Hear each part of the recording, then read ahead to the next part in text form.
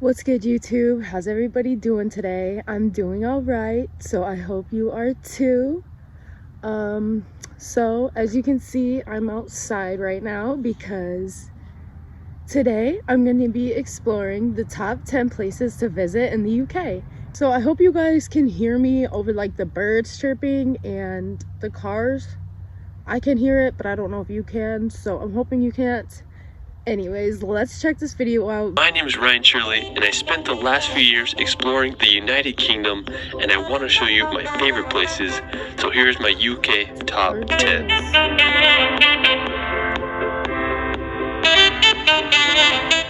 The United Kingdom is made up of the countries of England, Wales, Northern Ireland, and Scotland. If you want to go back in time and feel like you're in a fairy tale or a Harry Potter film, the UK is the place for you. It's easy to see why so many myths and legends were born here. It's one of the world's most enchanting places.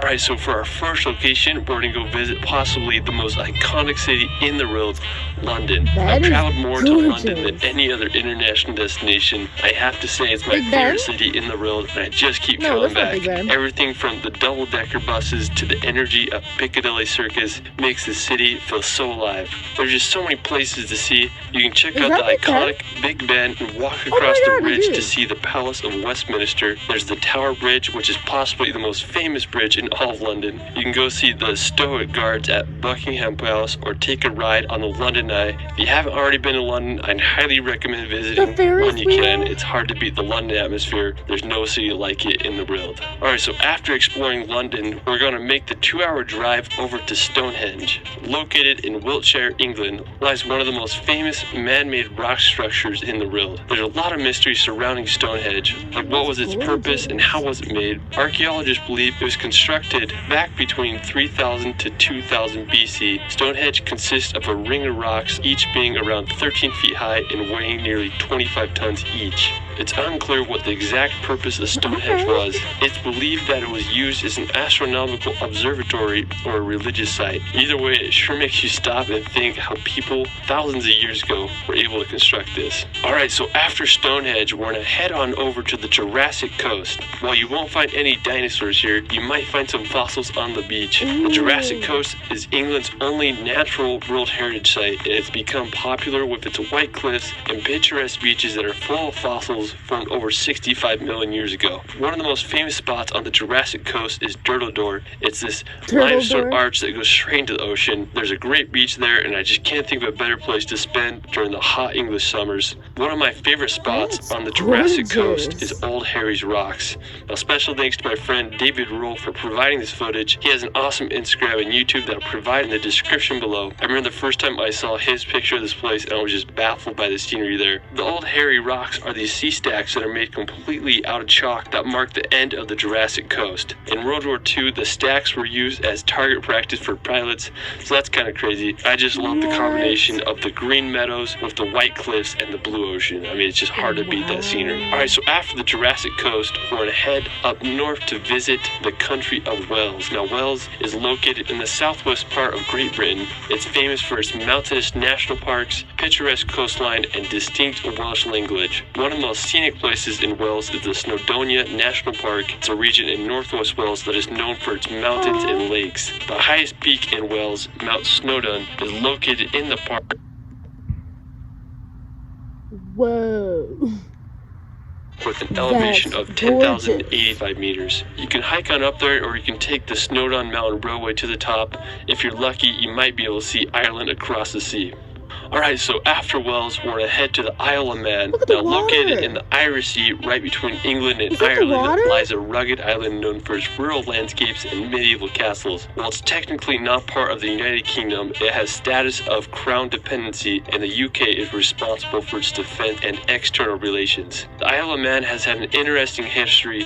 Humans have lived on it since 6500 BC, and in the 19th century, it was ruled by Norway. But in 1266, the island became part part of Scotland, and now it is a self-governing isle. An interesting place on the Isle of Man is Peel Castle. It was constructed by Vikings in the 11th century and just sits right on the ocean. It's a pretty cool castle if you ask me. Alright, so after the Isle of Man, we're going to head across the sea to visit Northern Ireland. Now, Ireland is full of just beautiful scenery, dramatic coastal cliffs, and countless castles. Back in 1921, Ireland was split into Northern and Southern Ireland as a result of the Government of Ireland Act of 1920. While Southern Ireland became a free Irish state, Northern Ireland remained within the United Kingdom. The capital of Northern Ireland is the city of Belfast, which is the birthplace of the Titanic ship. One of the most iconic places in Northern Ireland is the Dark Hedges. It's this road lined with beech trees planted in the 18th century. The birthplace of the Titanic? Really? Whoa. What the hell was that noise? I'm kind of scared out here, guys. It was used as a filming location for the Game of Thrones. On the northern coast, you can check out the Carrick Already rope bridge or see the basalt columns at the Giant's Causeway. And there's just so much history and beauty in Ireland, and it just makes me want to go there and explore. Alright, so for our next location, we're going to head to Scotland to visit the Isle of Skye. This is probably my all-time favorite place in the UK. You literally feel like you're in a fairy tale when you visit there. I was lucky enough to go to the Isle of Skye last summer, and it's about a 5-hour drive from Edinburgh. One of the most impressive places in the Isle of Skye is the Old Manor Store. It's one of my all-time favorite rock formations. I felt like I was on the set of Game of Thrones when I was there. Okay, so I don't know much about Game of Thrones, but like this kind of reminds me of like the movie Frozen, just without the snow. Like, it's just freaking gorgeous. And like, to get to the Old Manor Store, it's about a 4-kilometer hike. You walk through some conservation caves and you'll reach the famous rock pinnacles. I went for sunrise and sunset, and both occasions were breathtaking. When I was there was just like crows flying around the rock. I would hate to be like skydiving in that area and land on one of those rocks. That'd be bad. And there were some sheep running around. I mean, it was just a magical place. So the legend of the Old Manor Store is supposedly a giant lived there a long time ago, and when he was buried, his thumb was left sticking out of the ground. When you go there, it's easy to see why it's one of the world's most iconic rock formations. It's one of my all-time favorite places, and I recommend everyone to see it at least once in their life. Just a few minutes away from the Old Manor Store, there is a breathtaking waterfall called Meout Falls that cascades down to the ocean. There's a nice viewpoint where you can look at the waterfall. The surrounding sea cliffs in the area are also stunning. One of the most famous is Kilt Rock, which are right by Meout Falls. I mean, it's just such a cool area. There aren't many waterfalls that fall straight into the ocean. If you're looking to find some fairies, you may want to check out the fairy pools. There are these picturesque blue pools that lie at the base of the black colons. When I was there were so many midges. I didn't dare get close to water, so make sure you bring some bug spray. If you want to do a beautiful hike, I'd also recommend visiting the Kerrang. It's one of the most beautiful areas in the Isle of Skye. You feel like you're walking on a giant golf course. I found this crazy vantage point to get a good 360 view of the whole area. Alright, so after the Isle of Skye, we're going to head over to the nearby Glenfinnan Castle. If you're driving to the Isle of Skye, you will drive right by this. It's one of my favorite castles in the UK. Situated on a small tidal island at the point where the 3 great sea locks meet, the castle was built in the 13th century. I'm so mad at myself, I didn't visit the castle when I was there. I wasn't able to check it out. That's one of my biggest regrets of when I visited the UK, so don't make the same mistake I made. Alright, so after castle, we're going to head over to be fair, every building looks like a castle, basically. Even like houses, so one of Scotland's most iconic right? locations, the Glenfinnan Viaduct. It's located at the top of Loch Shiel in the gorgeous. West Highlands of I Scotland. ride that. It was completed around 1898. This may look familiar because it was featured in the Harry Potter films. When I was there, I wanted to get close to the bridge, so I walked underneath it. I was just shook by how big it actually was. After I hiked to the top to get a good vantage point so I could see the famous train go across the viaduct, just really reminds you of those Harry Potter movies. Alright, so after Glenfinnan, we're going to head over to Edinburgh. Now, if you want to go back in time, Edinburgh is a must. It's where J.K. Rowling wrote her Harry Potter novels. When I started traveling, this was one of the first cities I visited. It's a medieval old town with intricate neoclassical buildings, cobblestone streets, and beautiful gardens. The iconic Edinburgh Castle overlooks the city and is home to Scotland's crown jewels. When I was there, I didn't go into the castle because I was being too cheap, but one of my favorite places was Calton Hill. It offers a beautiful view of the whole entire city. While we're still in Edinburgh, we're going to head over to Arthur's Seat. Now, Arthur's Seat is located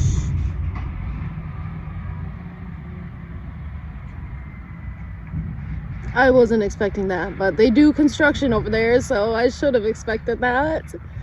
They're tearing down trees. Why? I don't know.